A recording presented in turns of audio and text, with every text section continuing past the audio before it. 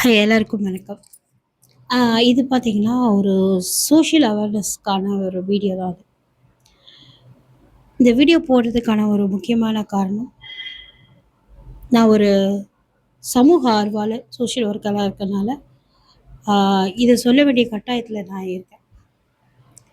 என்ன அப்டின்னா, இப்போ பார்த்தீங்கன்னா, எங்க பார்த்தாலும் இத பத்தி பேசாத ஆட்களும் இல்ல, அதிகரிச்சுட்டே வருது.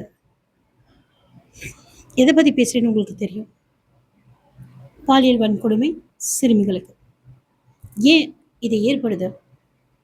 அதுக்கான காரணம் என்ன? அத கண்டுபிடிச்சு அரசாங்கம் அது முதல்ல தடை செய்யணும்.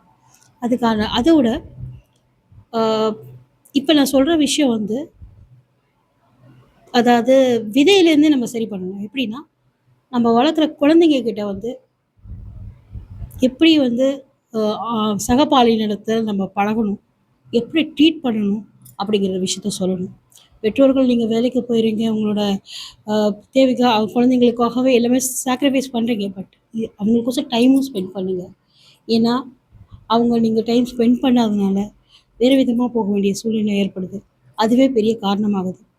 இந்த போதை வஸ்துகளும், ஆபாச படங்களும் கொஞ்சம் அ தடை செய்யப்பட்டா, இந்த குற்றங்கள்லாம் கண்டிப்பா வந்து கம்மியாயிடும் அப்படிங்கிறது என்னோட தாழ்மையான வேண்டுகோள். ஸோ, இத கண்டிப்பா வந்து அரசாங்கம் செய்யும்னு நான் நம்புறேன்.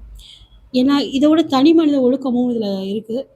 ஸோ, இந்த மாரி பண்றவங்கள என்ன விதமான தண்டனை குடுத்தாலும் அது ஈடாகாது. தண்டனைகள் வந்து கடுமையாக்கப்படணும். இதுதான் என்னோட தாழ்மையான வேண்டுகோள்.